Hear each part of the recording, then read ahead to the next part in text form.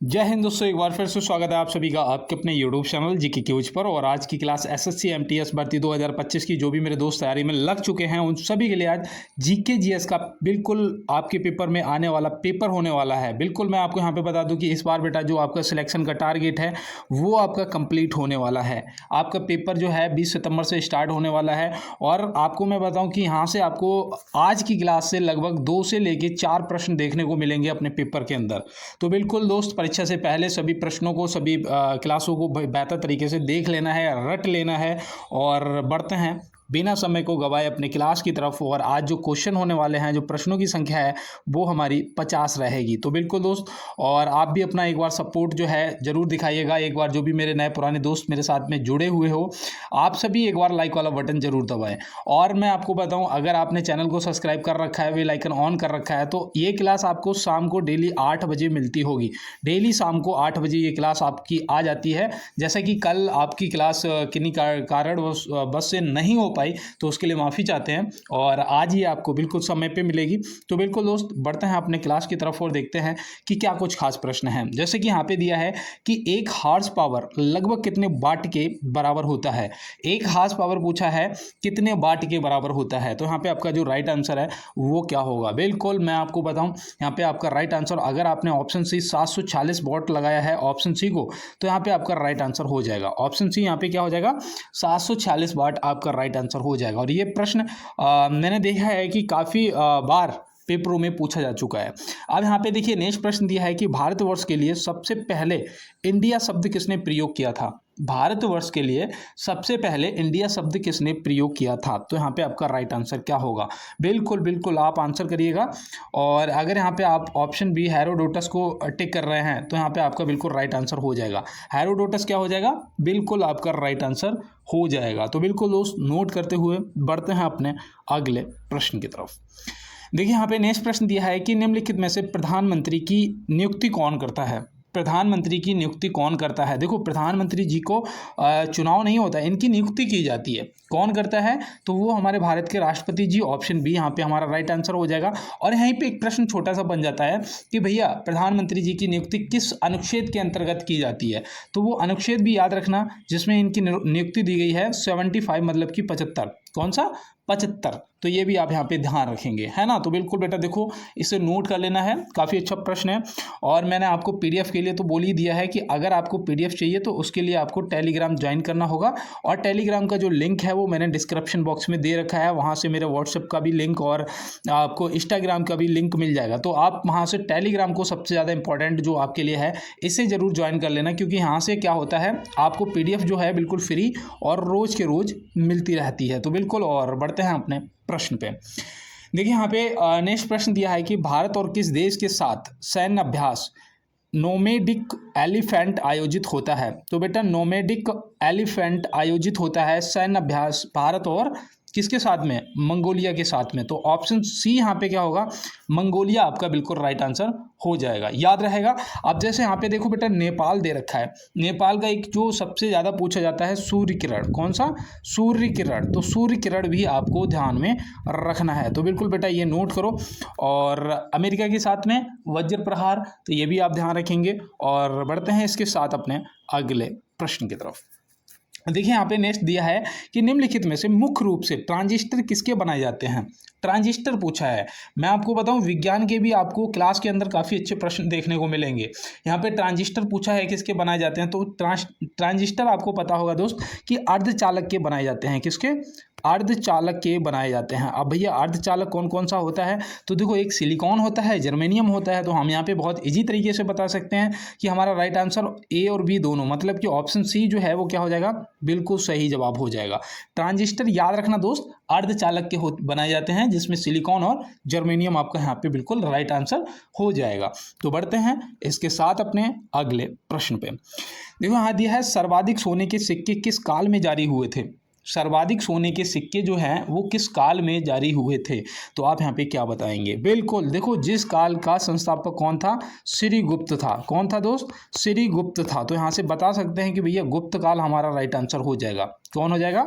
Option A गुप्त काल यहाँ पे हमारा बिल्कुल राइट आंसर हो जाएगा। तो इसे आप नोट करिए। देखो ये प्रश्न भी आपका ज़्यादातर पूछ लिया जाता है, और अगर आप एनटीपीसी की तैयारी कर रहे हैं या ग्रुप डी की भी साथ में तैयारी कर रहे हो तो भी ये क्लास आज की क्लास आपके लिए बहुत ज़्यादा इंपॉर्टेंट है।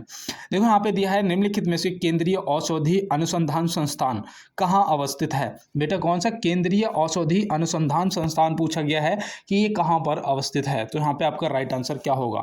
बिल्कुल बहुत अच्छे सभी दोस्त यहाँ पे राइट आंसर करेंगे, और जो भी यहाँ पे ऑप्शन सी लखनऊ को टिक कर रहा है उसका बिल्कुल राइट आंसर हो जाएगा। अगर आपने लखनऊ को टिक करा है तो आपका बिल्कुल राइट आंसर हो गया है। देखो यहाँ पे बेंगलोर से भी याद रखना, एक वो पूछा जाता है भारतीय खगोल संस्थान, कौन सा? खगोल संस्थान। तो खगोल अगर पूछा जाएगा तो वो भी आप यहाँ पे बता देंगे, है ना। तो बिल्कुल आपके लिए इंपॉर्टेंट। और बढ़ते हैं इसके साथ अपने अगले प्रश्न पे। देखिए यहाँ पे नेक्स्ट प्रश्न दिया है कि भारत का सबसे छोटा केंद्र शासित प्रदेश कौन सा है। भारत का सबसे छोटा केंद्र शासित प्रदेश कौन सा है? तो आप यहाँ पे क्या बताएंगे? बिल्कुल बहुत अच्छा।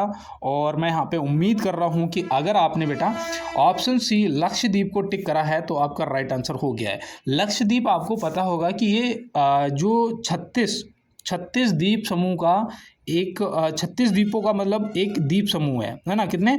36 द्वीपों का एक द्वीप समूह है। तो बिल्कुल ऐसे ही ध्यान रखोगे, और यहाँ पे राइट आंसर आपका क्या हो जाएगा? लक्षद्वीप हो जाएगा। नोट करो। और बढ़ते हैं इसके साथ अपने अगले प्रश्न पे। देखिए यहाँ पे बेटा नेक्स्ट दिया है कि निम्नलिखित में से ध्वनि तरंगें किस प्रकार की तरंग होती हैं। ध्वनि तरंगें जो हैं वो किस प्रकार की तरंग होती हैं। तो यहाँ पे आप क्या बताएंगे? बिल्कुल दोस्त बहुत अच्छे। और जो भी यहाँ पे दोस्त अनुदैर्घ्य तरंगों को टिक कर रहे हैं ऑप्शन ए को, उनका बिल्कुल राइट आंसर हो जाएगा। अनुदैर्घ्य तरंग क्या हो जाएगा? ध्वनि तरंगें होती हैं, और बिल्कुल ऑप्शन ए यहाँ पे आपका राइट आंसर हो जाएगा। तो इसे आप नोट करिए। बढ़ते हैं अपने अगले प्रश्न पे। देखिए डिटेल भी करेंगे, जिस क्वेश्चन में मुझे लगेगा कि यहाँ पे आपको डिटेल भी ज़्यादा इंपॉर्टेंट है तो डिटेल भी बताएंगे, और एमसीक्यूज आप करते हुए चलिए। और यहाँ पे देखो दिया है कि निम्नलिखित में से किसे भारत का प्रथम आधुनिक व्यक्ति माना जाता है। किसे भारत का प्रथम आधुनिक व्यक्ति माना जाता है। तो यहाँ पे आप क्या बताएंगे? बिल्कुल बहुत अच्छे। और मैं यहाँ पे आपको बताऊं कि अगर आपने श्री राजा राम मोहन राय जी ऑप्शन सी को टिक करा है तो क्या हो जाएगा? आपका बिल्कुल राइट आंसर हो जाएगा। श्री राजा राम मोहन राय जी बिल्कुल सही जवाब हो जाएंगे। भारत के प्रथम आधुनिक व्यक्ति माने जाते हैं। और बढ़ते हैं इसके साथ अपने अगले प्रश्न पे।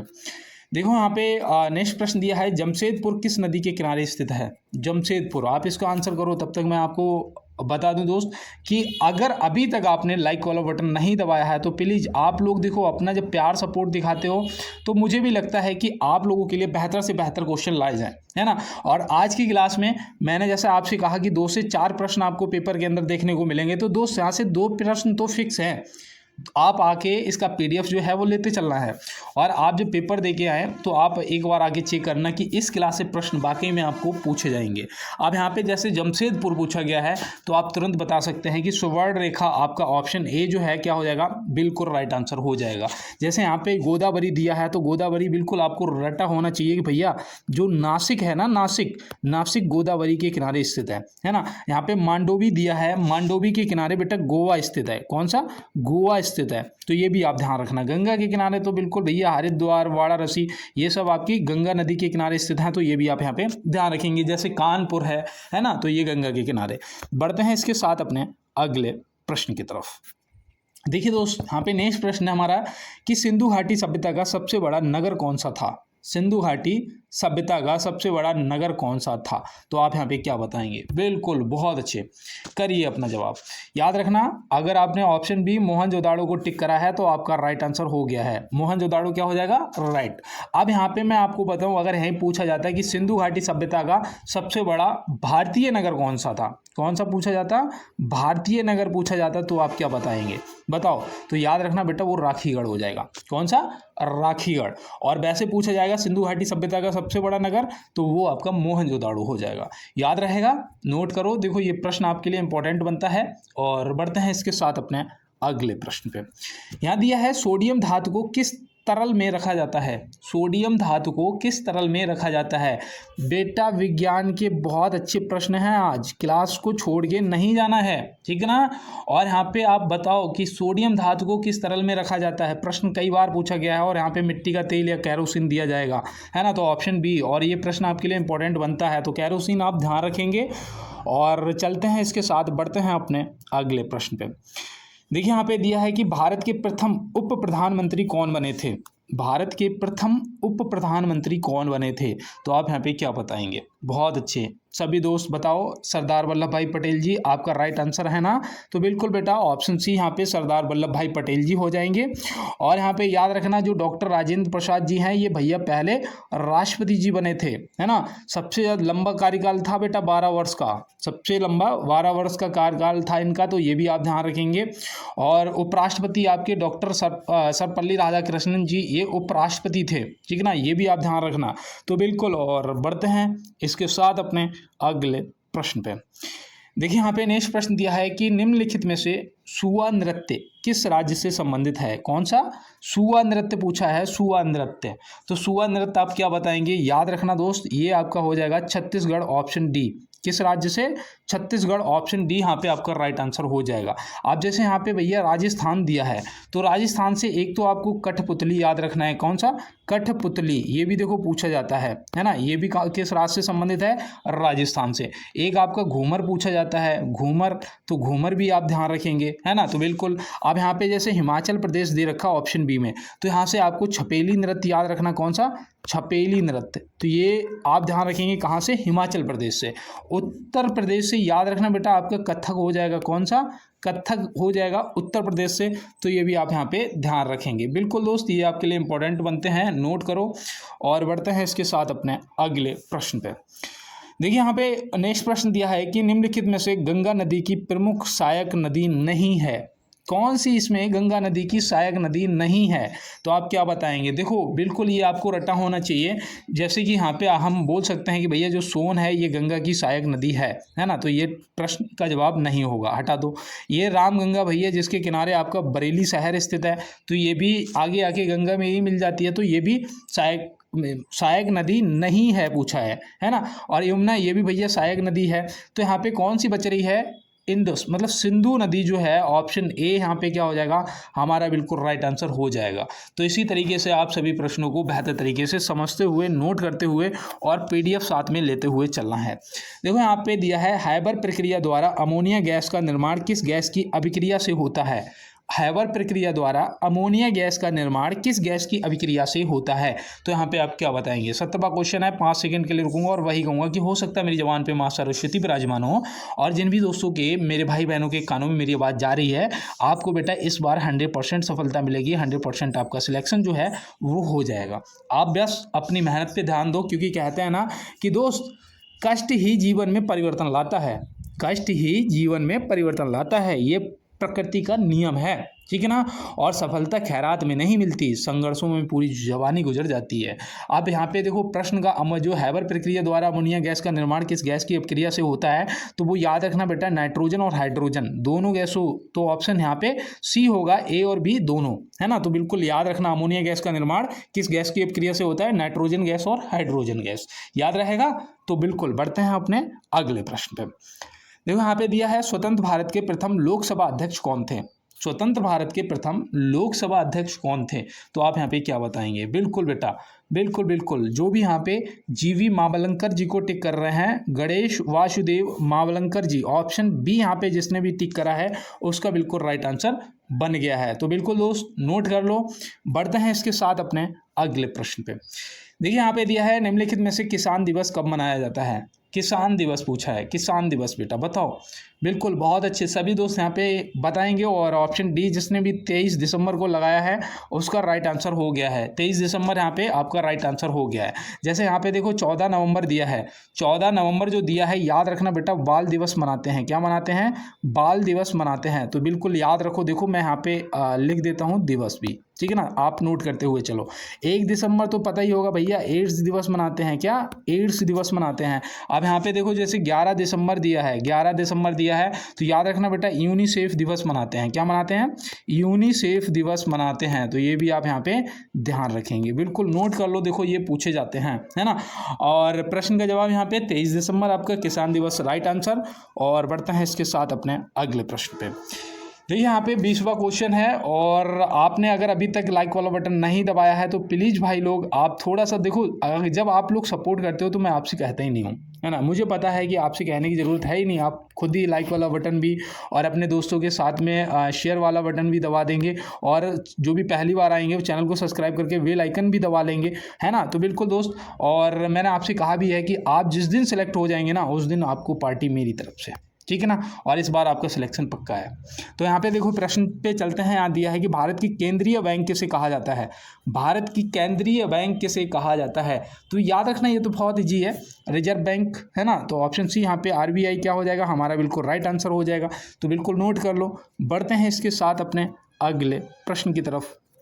अब देखो यहाँ पे नेक्स्ट प्रश्न दिया है कि निम्नलिखित में से किंग ऑफ केमिकल्स किसे कहा जाता है। क्या किंग ऑफ केमिकल किसे कहा जाता है, मतलब केमिकलों का किंग, राजा, है ना। तो राजा भैया किसे कहते हैं, याद रखना ये हो जाएगा सल्फ्यूरिक अम्ल। सल्फ्यूरिक अम्ल ऑप्शन सी यहाँ पे क्या हो जाएगा, आपका बिल्कुल राइट आंसर हो जाएगा, सल्फ्यूरिक एसिड। इसका जो बोल सकते हैं रासायनिक सूत्र है वो क्या होता है, तो याद रखना H2SO4 होता है ना, H2SO4 सल्फ्यूरिक अम्ल यहाँ पे याद रखना। और ये प्रश्न देखो पूछा जा सकता है, किंग ऑफ केमिकल्स, है ना, याद रहेगा, नोट कर लिया। पढ़ते हैं इसके साथ अपने अगले प्रश्न की तरफ। देखो यहाँ पे नेक्स्ट प्रश्न हमारा दिया है कि निम्नलिखित में से रजिया सुल्तान किसकी पुत्री थी। रजिया सुल्तान पूछा है किसकी पुत्री थी, तो आप यहाँ पे क्या बताएंगे। बहुत अच्छे, सभी दोस्त यहाँ पे राइट आंसर करेंगे। ये तो भैया गुंडों के बीच में फंस गई थी ना, और इल्तुतमिश की पुत्री थी, ऑप्शन भी यहाँ पे राइट आंसर हो जाएगा। तो बिल्कुल इसे नोट करो और बढ़ते हैं फिर इसके साथ अपने अगले प्रश्न की तरफ। देखो यहाँ पे नेक्स्ट प्रश्न दिया है कि किस स्थान पर कुंभ मेला आयोजित नहीं होता है। किस स्थान पर कुंभ मेला आयोजित नहीं होता है। कुंभ मेला से क्या क्या प्रश्न बनते हैं मैं आपको बताऊं, जैसे कि आपको ध्यान रखना है कि जो कुंभ है ना वो 12 वर्ष के अंतराल पे लगता है। कितने, 12 वर्ष के अंतराल पे लगता है। महाकुंभ जो है वो 12 कुंभों के बाद, मतलब कि बोल सकते हैं 12वां कुंभ लगता है। तो यहाँ पे गुणा 12 का अगर कर देंगे तो कितना हो जाएगा, 144 वर्ष। तो मतलब जो अभी महाकुंभ लगा था इलाहाबाद में, प्रयागराज में, तो वो 144 वर्षों के बाद लगा था। अर्ध कुंभ जो है वो लगता है बेटा 6 वर्ष के बाद, कितना, 6 वर्ष के अंतराल पे। तो ये भी ध्यान रखना है। और आयोजित कहाँ नहीं होता है कुंभ, इतना पूछा गया है। तो यहाँ पे याद रखना, जैसे भैया देखो ये नासिक है ना, नासिक कहाँ पड़ता है, महाराष्ट्र में पड़ता है। तो यहाँ पे आपको ध्यान रखना है कि भैया महाराष्ट्र में ये आयोजित होता है। तो ये जवाब तो हो नहीं सकता क्योंकि नहीं पूछा है। अब यहाँ पे देखो जैसे हरिद्वार है, ये आपका उत्तराखंड में पड़ता है ना, उत्तराखंड में पड़ता है। तो यहाँ भी भैया हरिद्वार में भी आयोजित होता है। प्रयागराज है, यहाँ भी, ये तो उत्तर प्रदेश में पड़ता है, तो यहाँ पे भी होता है। यहाँ पे बस वाराणसी आपका राइट आंसर हो जाएगा, बस यहीं पे नहीं होता है। और 4 जगह होता है, तो यहाँ पे 3 जगह तो आपने देख लिया, चौथा याद रखना बेटा मध्य प्रदेश का उज्जैन, है ना। कहाँ पर, उज्जैन में, ये आपका मध्य प्रदेश में पड़ता है। इसका उज्जैन का पुराना नाम पता है क्या था, अवंतिका था, है ना, आपको पहले भी मैंने बताया है। तो ये भी आप ध्यान रखेंगे बिल्कुल। और बढ़ते हैं बेटा इसके साथ अपने अगले प्रश्न पे। देखिए यहाँ पे नेक्स्ट प्रश्न दिया है कि निम्नलिखित में से मेक इन इंडिया कार्यक्रम कब प्रारंभ हुआ था। मेक इन इंडिया कार्यक्रम कब प्रारंभ हुआ था, मेक इन इंडिया। अब यहाँ पे आप क्या बताएंगे, बिल्कुल बहुत अच्छे, सभी दोस्त यहाँ पे अपना जवाब करेंगे। और अगर आपने यहाँ पे 25 सितंबर 2014 को टिक करा है तो आपका राइट आंसर हो गया। पेपर के अंदर भी बेटा देखो सभी में 14 मिलेगा, 2014, लेकिन यहाँ पे ये डेट जो दिख रही है वो सब गलत है ना। तो यहाँ पे आप याद रखना ये 25 सितंबर 2014 को प्रारंभ हुआ था। तो बिल्कुल नोट करो। बढ़ते हैं इसके साथ अपने अगले प्रश्न की तरफ।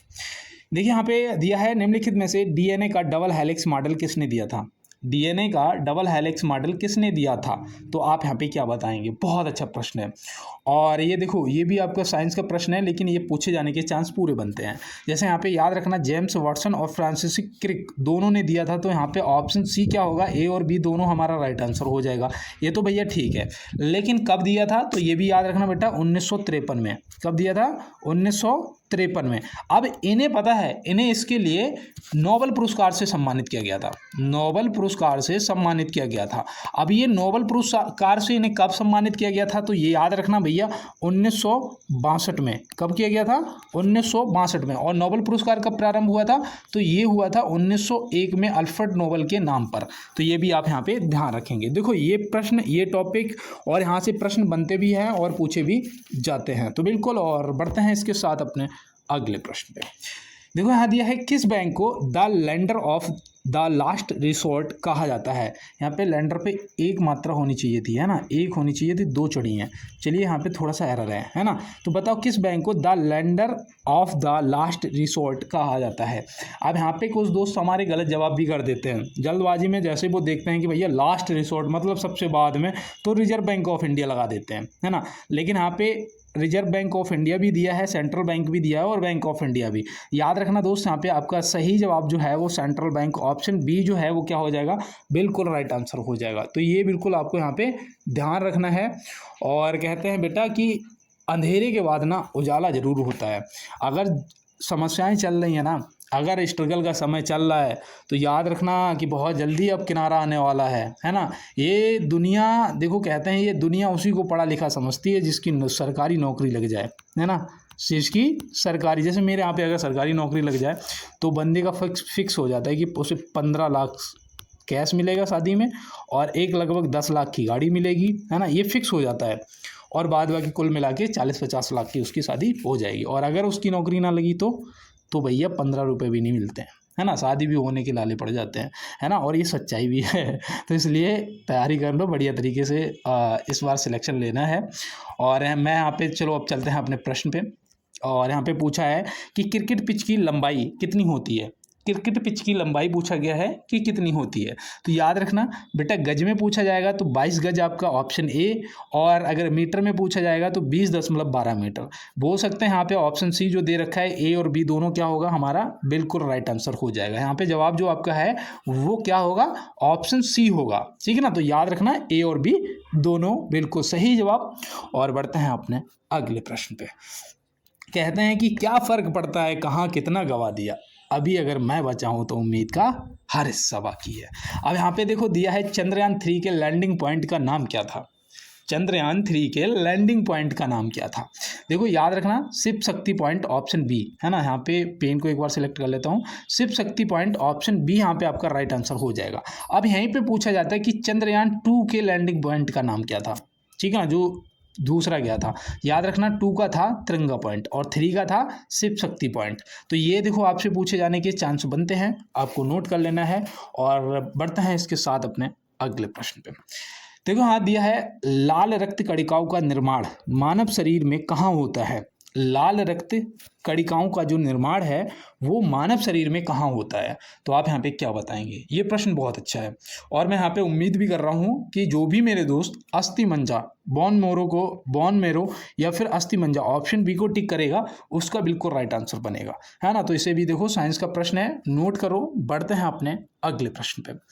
यहाँ दिया है निम्नलिखित में से सूर्य द्वारा उत्सर्जित प्रकाश का रंग कैसा होता है ना। अब 30 के बाद 50 तक जो 20 क्वेश्चन है वो आपको हार्ड मिलेंगे, जैसे कि आपको हर क्लास में मैं बोलता भी हूँ और आपको पता भी है। और ये क्लास भी आपको पता है कि शाम को 8 बजे डेली मिलती है, और आपने लाइक वाला बटन दबा दिया होगा, ये मुझे भी भरोसा है। और मुझे पता है कि मेरे दोस्त बहुत अच्छा सपोर्ट कर रहे हैं। और यहाँ पे पूछा है सूर्य द्वारा उत्सर्जित प्रकाश का रंग कैसा होता है। तो ये तो बहुत ईजी है बेटा, सफ़ेद होता है। कैसा, सफ़ेद। ऑप्शन ए यहाँ पे हमारा राइट आंसर हो जाएगा। अब कुछ दोस्त यहाँ पे चालान कटवा लिए होंगे, कोई काला करा होगा, कोई पीला करा होगा, कोई हरा करा होगा, लेकिन सफ़ेद होता है, वाइट होता है, याद रखना है। बढ़ते हैं अपने अगले प्रश्न पे। यहाँ दिया है निम्नलिखित में से हिंद स्वराज पुस्तक के लेखक कौन है। हिंद स्वराज पुस्तक के लेखक कौन है। माई एक्सपेरिमेंट विद्या तुथ के लेखक कौन है। मेरे सपनों का भारत के लेखक कौन है। इन सभी का जवाब एक ही है, श्री महात्मा गांधी जी, ऑप्शन बी, है ना। ऑप्शन बी आपका राइट आंसर हो जाएगा। अब यहाँ पे क्वेश्चन को थोड़ा सा हार्ड करूँ तो पूछेगा कि हिंद स्वराज पुस्तक कब लिखी गई थी। तो याद रखना महात्मा गांधी जी ने लिखी थी इसे 1909 में। कब, 1909 में। तो ये भी आपको यहाँ पे ध्यान रखना है। तो बिल्कुल। और बढ़ते हैं इसके साथ अपने अगले प्रश्न पे। देखो यहाँ पे प्रश्न दिया है कि निम्नलिखित में से कर्नाटक का प्राचीन नाम क्या था। कर्नाटक का प्राचीन नाम पूछा है, कर्नाटक का।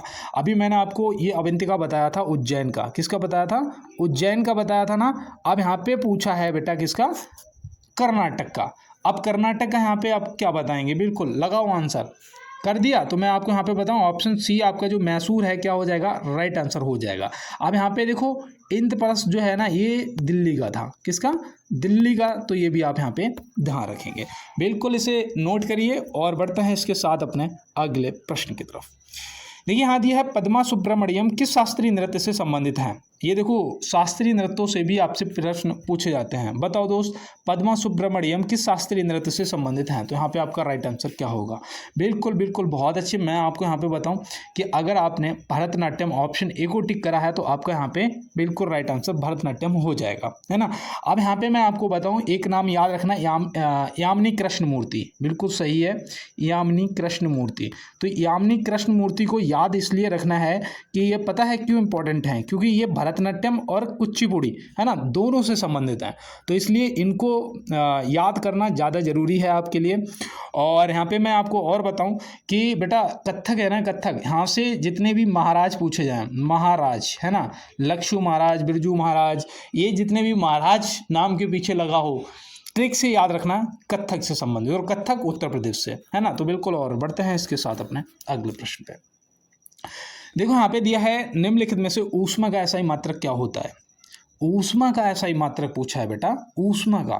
तो याद रखना बेटा, ऑप्शन सी जूल हो जाएगा। क्या होता है, जूल होता है ना। तो बिल्कुल आपने नोट कर लिया होगा। अब यहाँ पे देखो जो एम्पियर दे रखा है, ये पता किसका होता है, ये होता है विद्युत धारा का। किसका होता है, विद्युत धारा का ऐसा ही मात्रक होता है। तो ये भी आप यहाँ पे ध्यान रखेंगे। अब यहाँ पे जो न्यूटन दे रखा है, न्यूटन, ये तो बिल्कुल बहुत इजी है बेटा, बल का होता है। किसका होता है, बल का होता है। तो ये भी आप यहाँ पे याद रखेंगे। कहते हैं ना दोस्त कि जो रातों को कोशिशों में गवा देते हैं, जो रातों को कोशिशों में गवा देते हैं, वही सपनों की चिंगारी को हवा देते हैं, है ना। तो बिल्कुल, और बढ़ते हैं अपने अगले प्रश्न पे। देखो यहाँ पे दिया है निम्नलिखित में से विक्टोरिया टर्मिनस किस शहर में स्थित है। बताओ बेटा, विक्टोरिया टर्मिनस किस शहर में स्थित है। तो आप यहाँ पे क्या बताएंगे। अब इसका नाम पता क्या है, श्री छत्रपति शिवाजी महाराज टर्मिनस, है ना। आप ये पता कहाँ पर स्थित है। तो बिल्कुल यहाँ पे ऑप्शन सी आपका मुंबई क्या हो जाएगा, राइट आंसर हो जाएगा।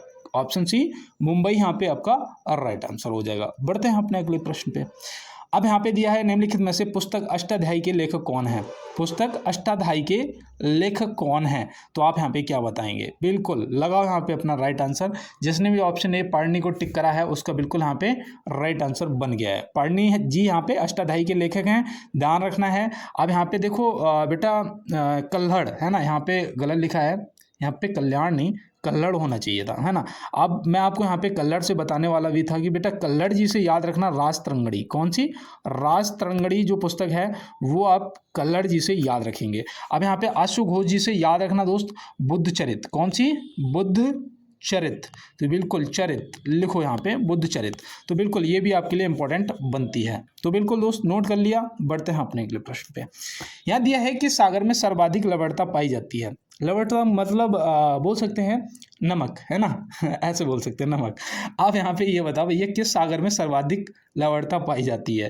तो यहाँ पे आपका जो राइट आंसर है वो हो जाएगा मृत सागर। और मैं आपको बताऊँ, आप इसमें जाके अगर लेट जाते हो ना, इस सागर में लेट जाना, डूबोगे नहीं। क्यों नहीं डूबोगे, है ना। तो ऐसे भी आप ध्यान रखेंगे। बढ़ते हैं अपने अगले प्रश्न पे। तो यहाँ दिया है जल में डूबी वस्तु पर ऊपर की ओर लगने वाला बल होता है। कोई चीज़ आप कभी बॉल लेना, बॉल, है ना, बॉल लेना, एक बाल्टी पानी लेना, एक बाल्टी पानी लेना, और इसमें क्या करना है, इसमें मान लो ये सब पानी भरा हुआ है ना, पूरी इसमें बाल्टी में। अब यहाँ से अगर किसी बॉल को अगर आप नीचे प्रेस करोगे, धक्का मारोगे, तो आपको ऐसा महसूस होगा कि वो ऊपर की तरफ उठ रही हो, है ना, ऊपर की तरफ वापस उठ रही हो। तो ये पता क्या होता है, ये याद रखना दोस्त, इसे उत्प्लावन बल बोलते हैं। ऑप्शन बी यहाँ पे क्या हो जाएगा, बिल्कुल आपका राइट आंसर हो जाएगा। याद रहेगा। इसी तरीके से पेपर में पूछा जाएगा बेटा देखो इस बार ना आपको मेरे, बेशक अपना नहीं, मेरा नाम करने के लिए पेपर क्लियर करना है, ठीक है ना, मेरे लिए। तो बिल्कुल, और मैं आपको पार्टी दूंगा, ये मैंने आपसे प्रॉमिस करा है।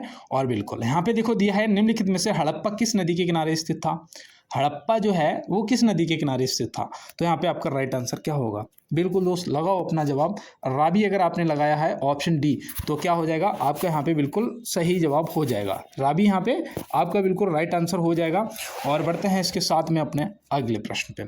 देखिए यहाँ पे दिया है कि निम्नलिखित में से किस देश की संसद का नाम पीपल्स मजलिस है। देखो मजलिस पूछ सकता है या पीपल्स मजलिस पूछ सकता है ना, दोनों में से कुछ भी पूछ सकता है। तो मैं यहाँ पे आपको बताऊं, आपको फिर भी एक ही टिक करना है, मालदीव। ऑप्शन में दिया है ना मालदीव, तो मालदीव यहाँ पे आपका राइट आंसर हो जाएगा। अब यहीं पे आपको जापान से भी याद रखना है, इसकी संसद को डाइट बोलते हैं। क्या बोलते हैं? डाइट बोलते हैं। यहाँ पे जैसे रूस दिया है, रसिया दिया है ना, रूस की संसद को ड्यूमा बोलते हैं। क्या बोलते हैं? ड्यूमा बोलते हैं। तो ये ड्यूमा भी आपको ध्यान में रखना है। अब यहाँ पे मैं आपको बताऊं, जैसे अफगानिस्तान दिया है, अफगानिस्तान की संसद को मिले सूरा बोलते हैं। यहाँ पे क्या बोलते हैं? मिले सूरा बोलते हैं। तो ये भी आप यहाँ पे ध्यान रखेंगे। तो बिल्कुल अफगानिस्तान की संसद को भी याद रखना है। और बढ़ते हैं इसके साथ में अपने अगले प्रश्न की तरफ। देखिए यहाँ पे दिया है कि संविधान का कौन सा भाग नगर पालिकाओं से संबंधित है। संविधान का कौन सा भाग है जो नगर पालिका से संबंधित है और ये कब जोड़ा गया, ये भी आपको बताना है। तो बिल्कुल मैं उम्मीद कर रहा हूँ कि यहाँ पे जो आपका जवाब आएगा वो आएगा भाग 9A। ऑप्शन डी यहाँ पे क्या होगा? भाग 9A आपका सही जवाब हो जाएगा। और ये देखो नगर पालिका वाला जो है ये 74वें संविधान संशोधन द्वारा जोड़ा गया था 1992 में, है ना, ये भी आपको पता होगा। और 73वां संविधान संशोधन जो बोल सकते हैं जो ग्राम पंचायतें होती थी, है ना, उसके गठन के लिए। तो ऐसे भी आपको ध्यान रखना, 73 और 74, है ना, 74 आपका नगर पालिका और जो 73 है वो आपका ग्राम पंचायत वगैरह जो होती है उनसे संबंधित हो जाता है। तो बिल्कुल, और बढ़ते हैं इसके साथ अपने अगले प्रश्न पे। देखिए यहाँ पे दिया है निम्नलिखित में से डिटर्जेंट में मुख्य सक्रिय तत्व क्या होता है। डिटर्जेंट में मुख्य सक्रिय तत्व जो है वो क्या होता है, तो आप यहाँ पे क्या बताएंगे? थोड़ा सा हार्ड क्वेश्चन होगा ना। और बिल्कुल कहते हैं ना कि जमाना बदल गया है लाला, लोग नाम से नहीं काम से याद करते हैं, है ना। अगर किसी का काम होगा तो अभी तुम्हें कॉल कर देगा कि चल भाई चल थोड़ा मार्केट चलते हैं। तो इसीलिए कहते हैं कि दोस्त अच्छे तो सभी होते हैं मगर पहचान बुरे वक्त में ही होती है ना। और यहाँ पे जो हमारा राइट आंसर है वो ऑप्शन डी होगा, सरफेक्टेड, है ना, सरफेक्टेड। तो बिल्कुल ऑप्शन डी यहाँ पे आपका देखो, डिटर्जेंट में मुख्य सक्रिय तत्व क्या होता है? सरफेक्टेड, ठीक ना। तो ऐसे आप याद रखेंगे। इसे सर्फ एक्सेल भी तो बोलते हो ना, तो सर्फ एक्सेल से सरफेक्टेड याद रखना है। बढ़ते हैं अपने अगले प्रश्न पे। देखो यहाँ दिया है मोबाइल डाटा स्टोर करने की चिप को कौन सी मेमोरी कहते हैं। मैंने उस दिन आपको बताया था कि USB, DVD और CD DVD एक ही थी, है ना। और उसके बाद आपको बताया था कि फ़ोन में जो चिप लगती है उसे क्या कहते हैं। सारी मेमोरियां मैंने आपको बताया। अगर आपने प्रीवियस क्लासों को नहीं देखा तो प्लेलिस्ट पे एक बार विजिट करो और सभी क्लासों को देख लो। जैसे यहाँ पे फ्लैश मेमोरी, ऑप्शन ए आपका राइट आंसर हो जाएगा। क्या हो जाएगा? Flash memory. जैसे यहाँ पे देखो जो ऑप्टिकल मेमोरी है ना, जो भैया हम लोग पहले CD लाते थे, है ना, CD और DVD, ये भैया हमारी ऑप्टिकल मेमोरी होती थी। और यहाँ पे मैं आपको बताऊँ जो मैग्नेटिक मेमोरी होती है ना, ये याद रखना, जिसे हार्ड डिस्क बोलते हैं। क्या कंप्यूटर में होती है ना हार्ड डिस्क, तो हार्ड डिस्क होती है। तो ये आपको ध्यान रखना है। आज मैंने फिर से आपको थोड़ा बताया, लेकिन उस दिन मैंने आपको डिटेल में बताया था पूरा।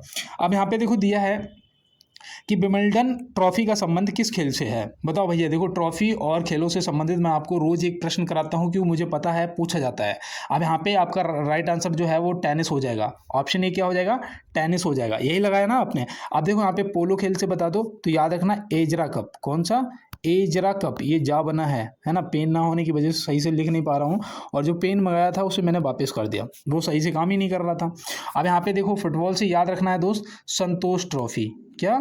संतोष ट्रॉफी। ये आप याद रखना, पूछा जाएगा तो आप बता देंगे फुटबॉल से। बढ़ते हैं अपने अगले प्रश्न पे। देखो यहाँ पे नेक्स्ट प्रश्न है, श्री छत्रपति शिवाजी महाराज को साहसी डाकू की संख्या किसने दी थी? बताओ बेटा।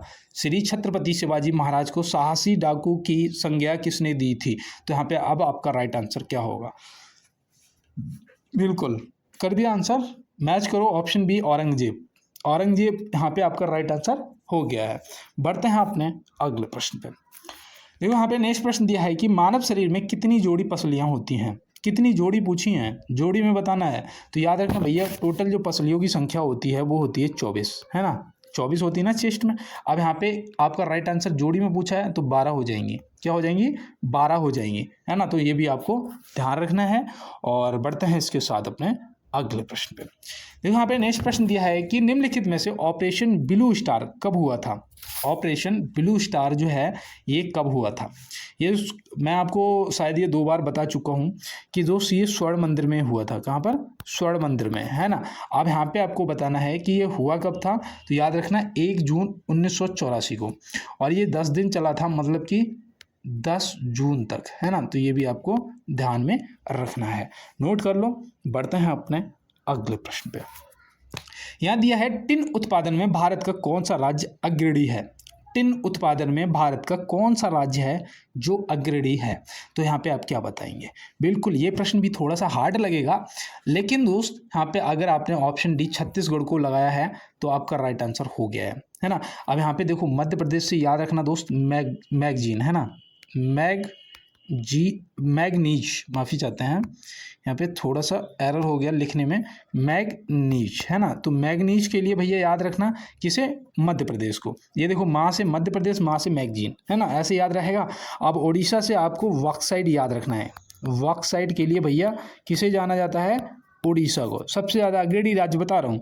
अब यहाँ पे कर्नाटक से याद रखना, यहाँ पे कर्नाटक के कोलार में, कोलार याद आया। कोलार क्यों मैं पूछ रहा हूँ, क्योंकि यहाँ पे भैया सोना पाया जाता है। तो भैया स्वर्ण उत्पादन में अगर पूछा जाएगा तो वो राज्य आप बता सकते हैं कर्नाटक, है ना। और कहाँ कर्नाटक में होता है भैया, तो कोलार में। बढ़ते हैं अपने अगले प्रश्न पे। निम्नलिखित में से कौन सा कार्बन का एक रूप नहीं है। इनमें से कौन सा है जो कार्बन का एक रूप नहीं है। तो आप यहाँ पे क्या बताएंगे। बिल्कुल बिल्कुल बिल्कुल, देखो हीरा तो है ही भैया, ग्रेफाइट भी है, फ्लोरीन भी है, हेमेटाइट जो है ये एक लोहे का अयस्क होता है। किसका? लोहे का, है ना। तो ये भी आप ध्यान रखेंगे।